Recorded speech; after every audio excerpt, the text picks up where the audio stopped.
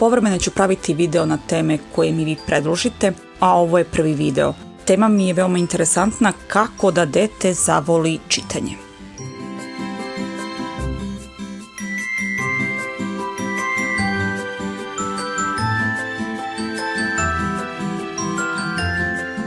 Za ovu temu je potreban duži video jer svaka starosna dob traži druge metode.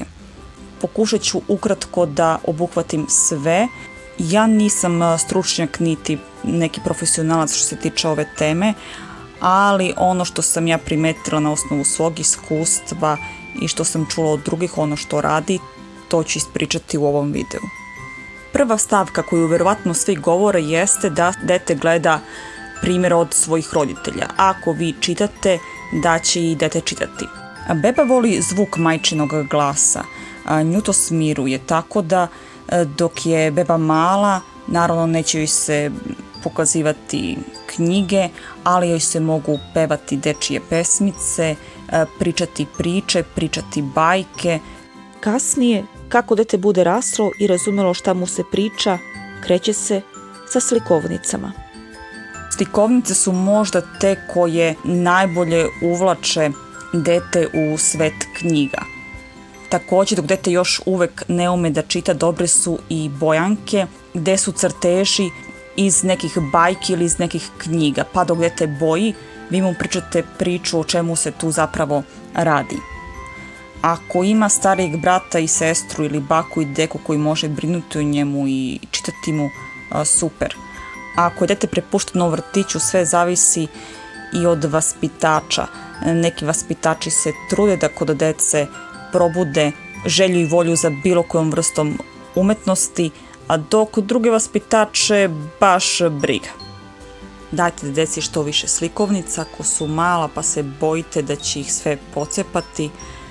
Možete uvek dati neke stare novine, neki stari magazin, bolje i to nego da samo stavite telefon u ruke malom detetu. Što se tiče telefona i televizora, ne bi trebalo detetu da se daje da gleda pre 3. godine. Ovo ne kažem ja kao laik, ovo kažu stručnjaci. Kada je dete već veliko i bude imalo svoj telefon, uvedite pravilo da nema upotrebe telefona najmanje sat vremena pred spavanje. To vreme neka provede ili sa vama, ili u čitanju, ili u pisanju domaćeg zadatka, pa čak neka bude i gledanje nekog filma, neke ekranizacije nekog dela sa porodicom, ali da ne bude prosto buljenje u telefon ili u kompjuter.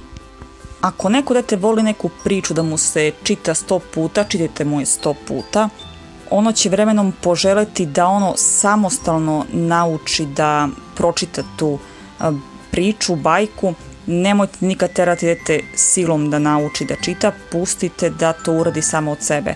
Jer ako budete dete terali silom, to može izazvati kontraefekat da kad nauči uopšte ne bude zainteresovano za čitanje jer je naučilo jer ga je neko terao, a ne zato što je ono želelo. Ako se nije imalo vremena i mogućnosti da se dete uvede u svet književnosti od malena, to jest maltene od kolevke, već se to kreće u osnovnoj školi, onda tu dobru ulogu mogu da odigraju i ekranizacije knjiga koje dete treba da čita. Možete sa detetom organizovati takmičenje da se pročita knjiga i onda da odgledate ekranizaciju, da vidite ko će više primetiti sličnosti ili razlike između ta dva oblika istog dela i onda ko pobedi da tu bude, ne znam, neka, ne mora bude specijalna nagrada, nego da vodite dnevnik koji ima više poeni, na kraju da se dobije neka diploma kao poznavaoca romana iz kućne biblioteke ili kao poznavaoca školskih lektira. Nekada je na RTS-u postajao dečji program u 7 sati uveče, nekako od 7 pa do pola 8, to je bilo vreme za decu. Sada toga nažalost nema, ali zato što toga nema na televiziji uvek možete vi odvojiti pola sata uveče da čitate deci ili da čitate sa decom. Ne mora ni pola sata, neka bude 10 minuta, 15 minuta pred spavanje ili malo ranije, ali možete toliko da odvojite. Deca vole da se osjete važnim i da im odrasli daju neku odgovornost. Ako imate kućnu biblioteku, a verovatno imate kakvu takvu barem od 10 knjiga, dajte detetu da je ono preuredi, da je ono složi kako ono želi, kada završi da vam se pohvali tim svojim radom. Ili možete zamoliti dete koje je već u školi, koje zna da čita, da ono čita vama. Vi nemate vremena, radite i onda dok kuvate ručak ili dok se odmarate u krevetu, ali vas boli glava ili jednostavno naćete neki razlog zašto vi ne možete da čitate, zamolite dete da ono čita vama. A šta da vam čita? Predložite da vam čita ono što ono voli. Ako ne voli ništa, onda dajte neki predlog, raspitajte se šta deca najviše čitaju u toj dobi. Ako je dete već odraslo i tu je možda završetak osnovne škole ili kreće u srednju, možda mogu da pomognu stripovi.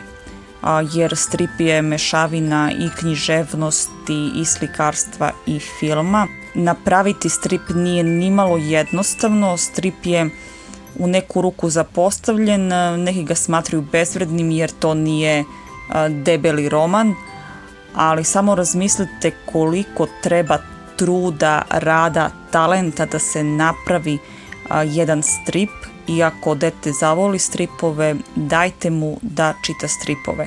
Ako dete voli glumu, možete pokušati da privolite dete baš glumom. U knjigama ima dijaloga i možete čitati zajedno sa detetom da glumite te likove. Ili ako su detetu romani predugački, tu su uvek drame.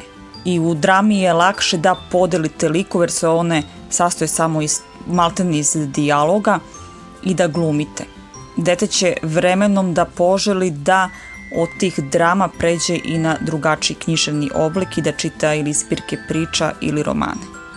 Ovo je ukratko, brzinski pokušano da se obuhvati ceo period detinjstva.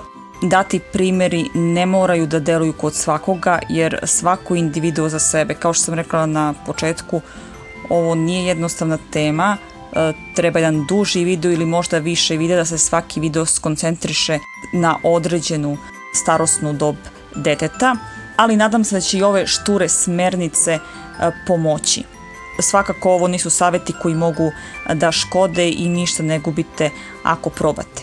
Dopustite detetu da bude kreativno, nemojte ubijati njegovu kreativnost, želju za umetnošću jer vidite književnost se prožima kroz mnoge umetnosti i dete može da zavoli da čita i pomoću slikanja i pomoću glume, pa čak i pomoću plesa. Ako dete voli da pleše, možete mu reći, jel znaš da imaš romane koji su baš vezani za ples ili za devojčice koje su upisale neku vrstu plesa. Svaki vid umetnosti može pomoći u zatobijanju ljubavi prema čitanju.